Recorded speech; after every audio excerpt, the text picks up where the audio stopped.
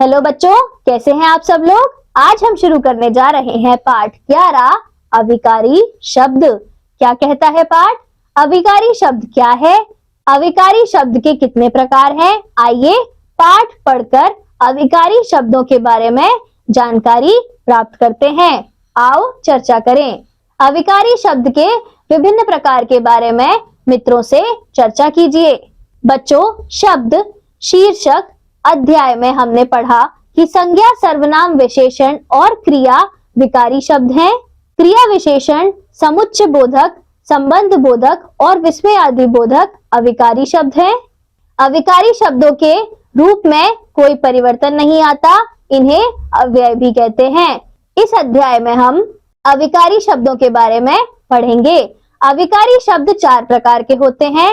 अविकारी शब्दों के प्रकार: क्रिया विशेषण, समुच्चय बोधक, संबंध बोधक, विस्मय आदि बोधक। क्रिया विशेषण: जो शब्द क्रिया की विशेषता बताते हैं उन्हें क्रिया विशेषण कहते हैं। जैसे वह तेज दौड़ता है, मैं कम खाता हूँ। क्रिया विशेषण 4 प्रकार के होते हैं: कालवाचक, रीतिवाचक, स्थानवाचक, परिमाणवाचक। कालवाचक मैं क्रिया विशेषण, ये क्रिया विशेषण क्रिया के होने के समय को बताता है। जैसे वह कल आया था, तुम परसों आना।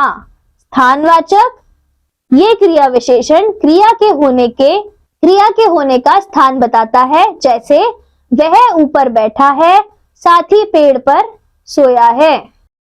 रीतिवाचक ये क्रिया विशेषण क्रिया के होने के ढंग बताते हैं। जैसे धीरे धीरे चलो, वह तेज भागता है। परिमाणवाचक ये क्रिया विशेषण क्रिया की मात्रा या माप तौल का बोध कराते हैं। जैसे कम खाओ, खूब पचाओ, बंगाल में चावल बहुत खाया जाता है। समुच्चय बोधक दो शब्दों, दो वाक्यांशों या दो वाक्यों को जोड़ने वाले शब्दों को समुच्चय बोधक या योजक कहते हैं। जैसे दादाजी और पिताजी बात कर रहे हैं, तुम्हें सेब खाना है या जूस पीना है। ऊपर लिखे वाक्यों में और तथा दो शब्दों व दो वाक्यों को मिला रहे हैं। इन शब्दों को योजक या समुच्चय बोधक कहते हैं। संबंध बोधक जो शब्द संज्ञा या सर्वनाम के साथ लगकर उनका संबंध वाक्य के अन्य शब्दों के साथ बताते हैं, उन्हें संबंध बोधक अव्यय कहते हैं। जैसे इन चित्रों के नीचे लिखे वाक्यों को पढ़िए। मेरे घर के सामने पेड़ है, पार्क के पीछे मंदिर है। ऊपर लिखे इन वाक्यों में के सामने, के पीछे शब्द अन्य शब्द के साथ संबंध स्थापित कर रहे हैं। अन्य संबंध बोधक के पास, के नीचे, के पहले, के साथ, के ऊपर आदि। विस्मय आदि बोधक जो शब्द हर्ष, विस्मय, घृणा, शोक, क्रोध आदि भावों को प्रकट करते हैं, उन्हें विस्मय आदि बोधक अव्यय कहते हैं। जैसे इन चित्रों के नीचे लिखे वाक्यों को पढ़िए। अरे क्या छक्का मारा है, अरे तुम अभी आ गए, छी छी कितनी गंदगी है, आ क्या सुंदर दृश्य है।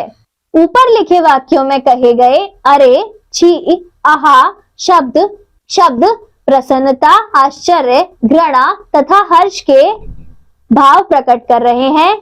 इनके साथ विस्मय आदि बोधक चिन्ह का भी प्रयोग हुआ है। अन्य विस्मय आदि बोधक शब्द हाय, बाप रे, शाबाश, उफ, आ, धत आदि। निपात भी अविकारी शब्द है। इसके उदाहरण है भी, मैं भी चलूंगा, ही, तुम ही चलोगे। पाठ पढ़कर हमने सीखा जिन शब्दों के रूप में कभी परिवर्तन नहीं आता उन्हें अविकारी शब्द कहते हैं। अविकारी शब्द 4 प्रकार के होते हैं: क्रिया विशेषण, समुच्चय बोधक, संबंध बोधक और विस्मय आदि बोधक।